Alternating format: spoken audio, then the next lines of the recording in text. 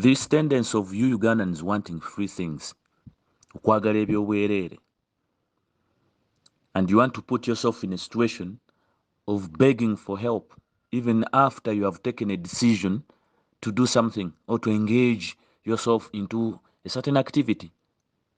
Now you want to make yourself desperate as that one who is living in a refugee camp. Naddala bannayuganda abakolera ku kyeyo. Muve Uganda nga tewali n'omu abasireteninze kuvaayo. Buli omu atambula bulungi n'ayingira kampani. Ne mukkaanya ne kampani n'ekulimba byekulimbye oba n'ekugamba ebituufu. N'otambula ng'okkiriza nga tekuliiko akutiisiza kuva wammwe okuggyako obwavu bwe wammwe. Kuba ekika kyo teriyo yakutiisatiisa genda Saudi Arabia. Nti oba oli abo watuuka e Saudi Arabia oba e Dubai otya okudda e Uganda oba oli awo waliyo threat wagenda nga refugee. Nolwekyo oli under UN kubanga ba refugee UN beyambako ebayamba buyambi. Babayamba buyambi. Tubalaba ne ku nnyonyi. Babayamba buyambi. Bagana babakwatirako bukwatizi because tebesobola. Ba refugees mu mawanga ag'enjawulo babeerayo ku mpapula za njawulo. Ate mwana wattu ekyewuunyisa ba refugee abo basanga mu nsi ezo ne bannayuganda abamu abaseeking asylums mu nsi endala ojja kumusanga nga bw'atuuka y'ate ayagala nnyo okukola kuba amanyi tagenda kuddaka. Abaffe mwe kibagaana okutuukayo ne mufokasinga ku lw'okubanga mulina chance eddeeka. Mbuuza bakadaama bali mu Buwarabu. Are you refugees okubeera awo nga bwe kaseera musabiriza buyambi? Ye abaffe muba mugenze kukola kyeyo gye mutuuka ati ne musaba obuyambi because refugee agenda nga tamanyi na mulimu gwagenda kukola. Omusanga nga agenda bugenzi because alina threat gy'ava waliyo ekimutiisatiisiza takyasobola kuwangaalirayo n'agenda mu nsi endala n'asaba obubudamu. Muli banoonyi ba bubudamu? Ddala temulina kibajja Uganda nti kye mugenze kukola mufune ne ssente mukomewo? Why do you become beggars? Teri ajja babuuza bino bibuuzo okuggyako nze nja bibabuuza. Oba munkyawe. Tuulaawo sirikirire gwe Nakadaama Sekadaama gwe wenna ali mu nnyumba wonna w'oli ng'oli awo olinda kusabiriza buyambi. Banaye mutuyambe tulye no tubonaabona. Mubonaabona. But in the first place, how do you go? Do you ask yourselves the process gye muyitamu okutambula okugenda? And do you in any way subject yourself to that process? Do you agree with whatever complications entailed or in this process? Mubikkiriza oba babatwala kiwalazima? Aba batwala ebweru amakampani gano agaweebwa license bwe mugendayo mukkiriziganya nago oba gabasaako akatambaala ne gabatwalwa mpaka? Ekyo nakyo twagala kukimanya. Bw'obanga otuuka mu kampani eyo ne bakukako okugenda n'otuuka mu kampani eyo ne bakuforcinga okukola ekintu ky'otayagala paka lwe bakusa ku nnyonyi ne bakasukako n'ogenda nga tutambuza na bigere ebyo wabula ogendera ku mpingu paka n'olinnya ennyonyi entebe kubanga wayingira mu kampani eyo n'osaba omulimu. Bwe gubanga bwe gutyo bwe guli tuteekeddwa ovunaana ab'amakampani ago. Tuteekeddwa bavunaana kuba abo bakyamu okubatwalanga mu ngeri eyabbira mupango obwe buddu. Naye bwe kiba nga tiri bwe kityo nga mugenda mwagala mukunumba mwagala ne mukkiriza ne terms embi n'ogamba kaŋŋende nja bigumira kantambule nga bwe ndi kaŋŋende kasita ŋŋenda kufunayo kye ŋŋenda okufuna. Nkugambye refugee agenda tamanyi kyagenda na kufunayo bamuwa buwi. Naye gwe ogendera ku musaala togenze kukolera bwereere. Why don't you reach there and respect your decision? Togenze kukolera bwereere. Ogenze kukola nga bakusasula nga naye bw'okola nga bakusasula. Lekera okulowooza nti ogenda kuva mu bbanga ebizibu byo otandika okusaba bonna b'osaba obuyambi bakuyambe buyambi kubanga munnanga obonyeebonye. You are not a refugee. You are a former worker. You only fail to know that nti oli mukozi ayina eddembe ayina buli kimu ekiteekeddwa okumuweebwa ng'omuntu omulala yenna naye toyagala kumanya bwe mbyogera bwe ntoyagala bimanya kyoyagala owulira oyagala kuwulira akulimbalimba ng'akuweeweeta byonna tubikolako abaana abo tubatwalira bwereere abaana abo tubatwalira bwereere eriyo omuddu asasula bwe bamala okukutwalira obwereere n'otuukayo n'okinagguka nti mbonaabona obonaabonera ani akutaddemu ssente bw'akubonyaabonya aba takusinze olwaliro oyogera ebitakwatagana naye nga oyina eyakuteekamu ssente part of the money you used to go wadde ng'abamu kampani era zibasaba ssente ne zitababuulira lwaki but part of the money ezaakutwala okiwulira baazikuteekamu wali weebuuzizaako eyaziteekamu yali abalakaki era yali afunira wa ng'olyoka otuukeyo eyo ebweru gy'okola nga bakusasula buli mwezi otandika okunoonya obuyambi obw'obwereere that clearly shows tomanyi na kiki kye wasayininga na kye wagenda kukola and secondly you don't want to focus on whatever decision you took you don't want to respect it if you are respecting the decision you took wandibadde si gwe atuuka ebweru notandika okwetalamaza okwekola ebyekimbowa ebyekimbejja okulabika nga gwe bakufaako bufi mwana mumuyambe bagana bazunza ogufaananyi gwo omwana wuuyo abonyeebonye mumuyambe wuuyo mumuyambe nga ne barefugees abasumaali abali e Uganda abajja nga bajja nakunkunye tamanyi nakyagenda kukola Uganda bwe batuuka e Uganda tolina gwe wali bulidde ku social media e Uganda nti omusumaali ali wano abonaabona bannaye mumuyambe mumuzze Somalia mumutwale Somalia bannaye omusumaali barefugee abaweebwa obuyambi naye batuukawo nokukola ne bakola how about you eyagenda ng'olwedde olinako akalaama akokola nga n'okusasulwa osasulwa temulaba nga muli banafu bunafu temulaba nga muliko ekikyamu mwe kennyini okubonaabona kwammwe ng'abannakadaama sekadaama kuli mu bunafu obwo you are lazy at wanting to spending anything on yourself you don't want to involve yourself in anything yet you want to receive you want to be at the receiving end and you don't want to involve yourself into any processes obuzibu bwe muyina kwe kulowooza nti abalala bajja vunaana okulwammwe ojja kuddeyo wenkola obungodingodi obusolosolo weekolekole onna bye weekolaakola abakampani bakiyita drama ojja omenya abantu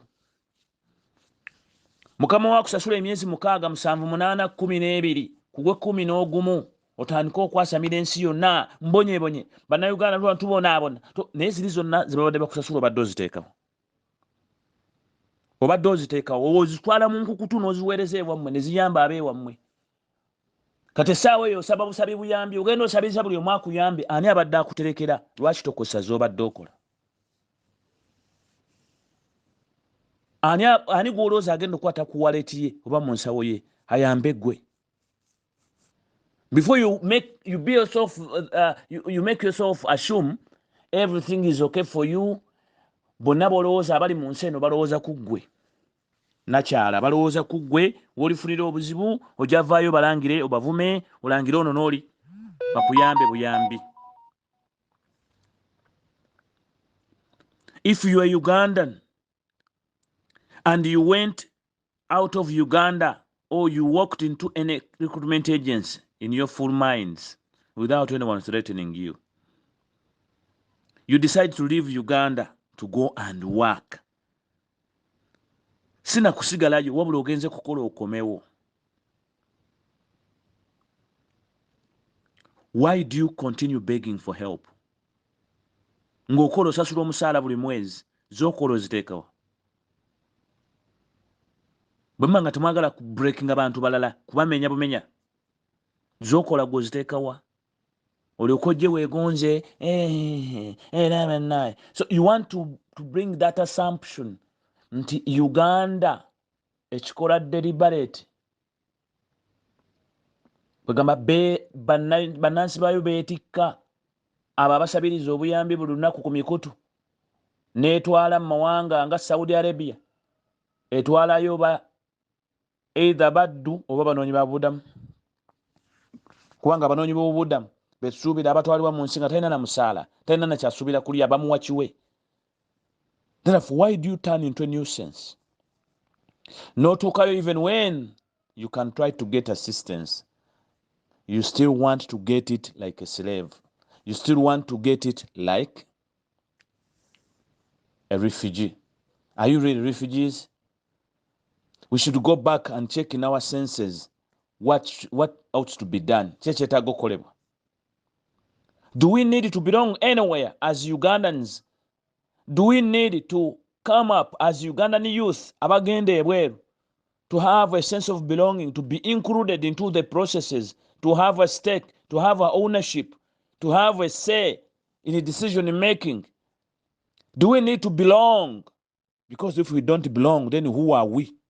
That means anyone will walk into our audience and claim.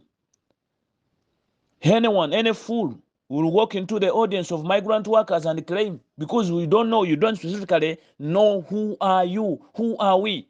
We talk of Ugandan migrant workers, who are they? Where do you belong? Do you have an association where you belong? Ori incline, ori okiringa ku company yo era nze mba mu company gundi yes ova mu company yo yakufunira omulimu kyaggwa okyajagaza ki erina kyetaakola gwosuubira eyamala okutunda okujja okulwanirira ng'omaze ofuna ebikusoomooza ku mulimu gwo oba bakikakyo banyogera b'ekikakyo ndowooza tegera kyentegeeza. The people who belong to your cluster, your clan. If you're a migrant worker, if you're a worker, therefore you belong to the workers. It is the workers who can speak your language, not the recruiters.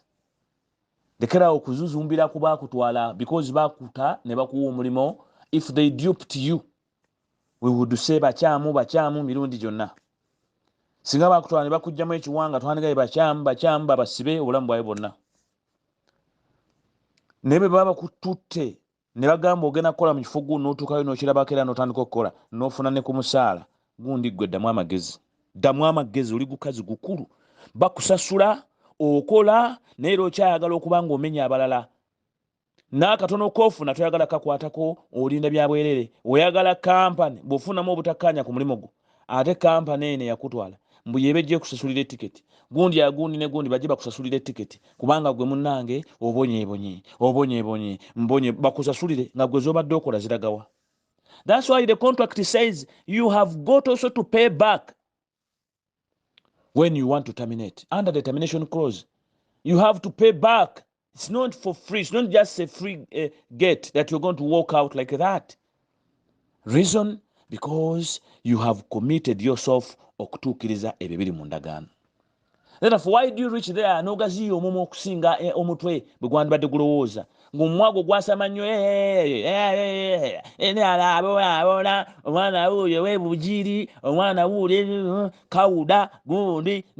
Where does she belong? Does her self contain her head? Okukozesa bulungi omutwe gwe nti ddala najja wano nga nina reason era nga nina okukuuma obulamu bwange n'okulaba nti nkozese kino kyenfuna okukyusa obulamu bwange. If you don't respect that first time, then nobody will tell you. Nobody will tell you to breathe your oxygen. Hello, it is your oxygen. You must fight to breathe it. It is inalienable. It is your oxygen. Nobody is going to tell you to eat food when you are hungry. It is your food. It is your hunger. It is you to move on and find what to eat. Nobody is going to tell you please eat because you are dying of hunger. Unless you want to turn into a beggar, you will again beg for food in times of hunger. Stop begging. Temuli nfuzi.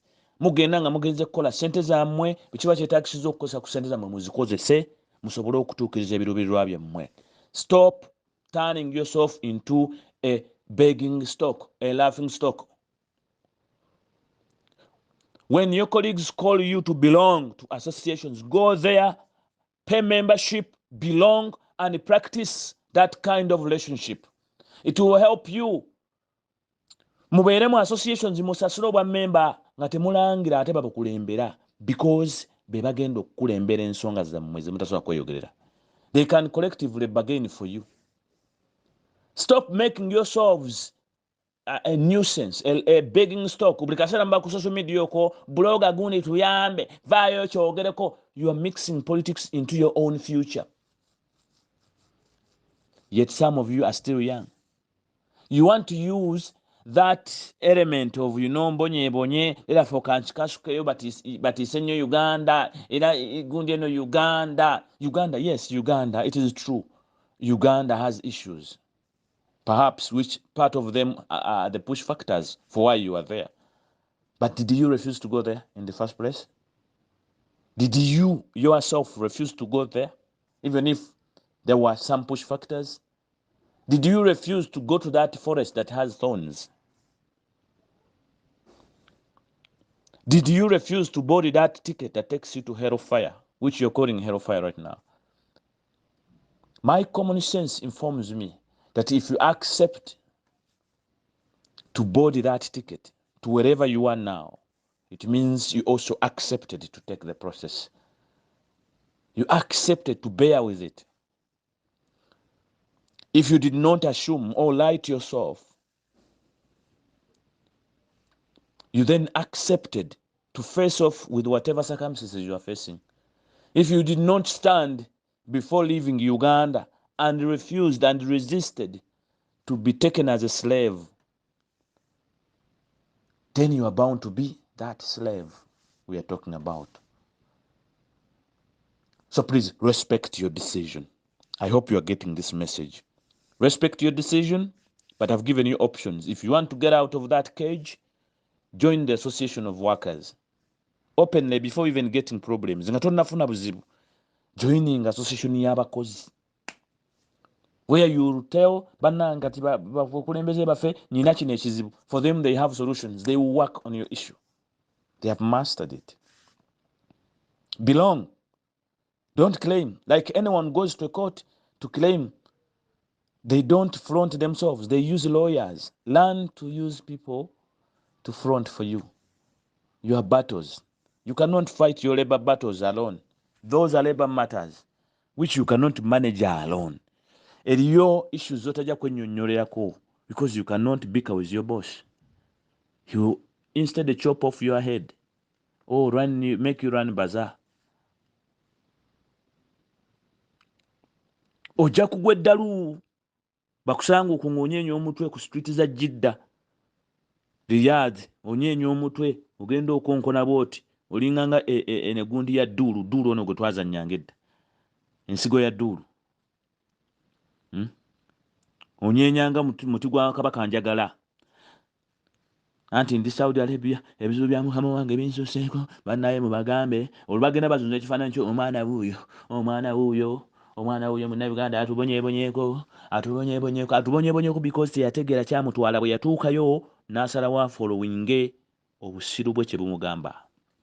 That's why she's mad. That's why she's in the state she is now. You are in the state you are in. You are suffering because you choose it. Like someone can choose not to breathe. You choose that. But nobody should stop you from getting your inalienable rights. Rights so. Especially if you know them. But if you don't know them, they will take them away from you. I hope I've communicated. Wegatte ku association y'abakozi mu network yaffe ku 0700775501. Tuma abazadde bo bajje ku office zaffe. We don't work on WhatsApp. 0700775501. Tojja mu inbox yaffe ng'otubuuza bannaye bamuyamba mutya mukyoko mumbuliko mubikola mutya. If you come asking that, we shall block you first time. Tambuza audio. Thank you.